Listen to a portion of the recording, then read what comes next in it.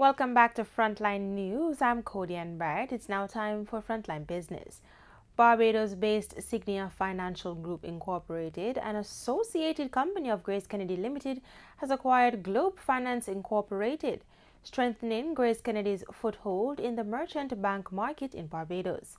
The acquisition will result in the formation of a combined company which will be known as Signia Globe Financial Group Incorporated. Grace Kennedy currently holds a 40% shareholding in Signia and will hold the same 40% stake in the new entity. In a release, Grace Kennedy's group CEO, Don Webby, said the merger will result in a stronger positioning of the new entity, saying, quote, "We continue to look for opportunities to invest across the region. This transaction is in keeping with our long-term strategy, and we believe that this merger, which will result in the creation of the largest merchant bank in Barbados, will significantly strengthen our financial services platform in the Caribbean." End quote. The transaction is estimated to cost a total of 11.8 million Barbadian dollars. Grace Kennedy Capital Management Limited, the investment and advisory arm of Grace Kennedy, advised Signia in the transaction. Signia and Globe are currently labeled as the leading merchant banks in Barbados. Both merchant banks have several competing product offerings, including fixed deposits, retail and commercial lending, commercial leasing, and foreign exchange services. In addition to these common offerings, there are also some other products which are exclusive to each company. Signia is a registered stockbroker licensed by the Barbados Stock Exchange, and Globe Finance currently offers a Visa credit card service to its customers.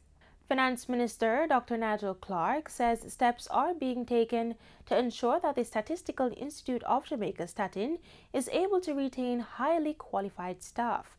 He says this will allow Statin to effectively carry out its mandate as the country's principal statistics agency.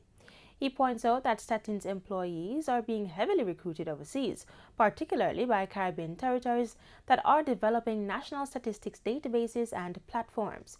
As a result, the finance minister emphasized that efforts will have to be made to ensure that the incentive mechanisms are competitive.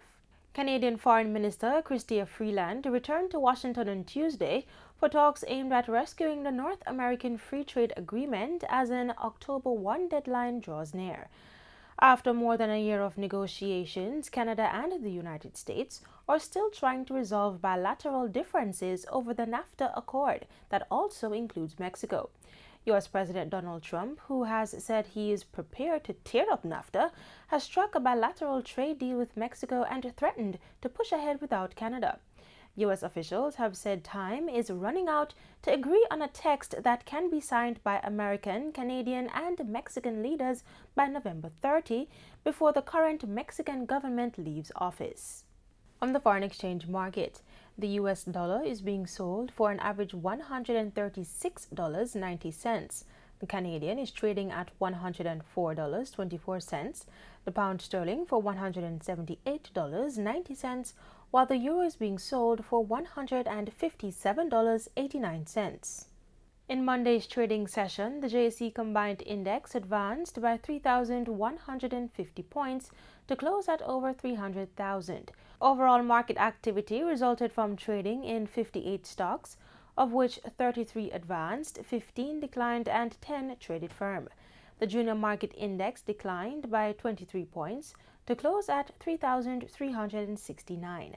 Stocks advancing were 1834 Investments, AMG Packaging and Paper, Barita Investments, Caribbean Cement, and Caribbean Producers.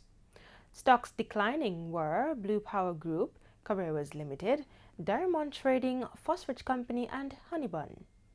Stocks trading firm were 138 Student Living, Access Financial Services, Siboney Group, GUS Corporation, and Jamaican Teas.